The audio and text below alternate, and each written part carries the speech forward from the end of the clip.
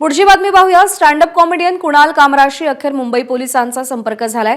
पोलिसांनी फोनवरूनच प्राथमिक चौकशी केली अशी माहिती सूत्रांनी एबीपी माझाला दिली आहे। व्हिडिओतील वक्तव्य आपण पूर्णतः शुद्धीत असताना केली आहेत, त्याबद्दल आपल्याला कोणताही खेद किंवा पश्चाताप नाही असं कामरानं पोलिसांना सांगितल्याचं कळतंय।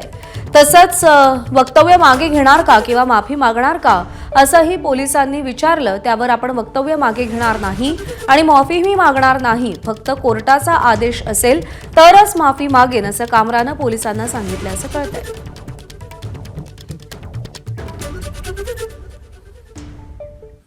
दरम्यान माफी मागण्यास कॉमेडियन कुणाल कामरानं स्पष्ट नकार दिलाय। हॅबिटॅट क्लब आपल्या कॉमेडीसाठी जबाबदार नसल्याचं देखील तो म्हणालाय।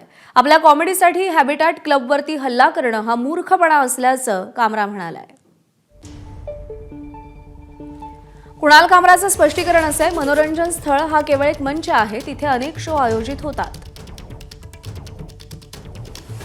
हॅबिटॅट क्लब किंवा अन्य कोणतंही स्थळ माझ्या कॉमेडीसाठी जबाबदार नाही।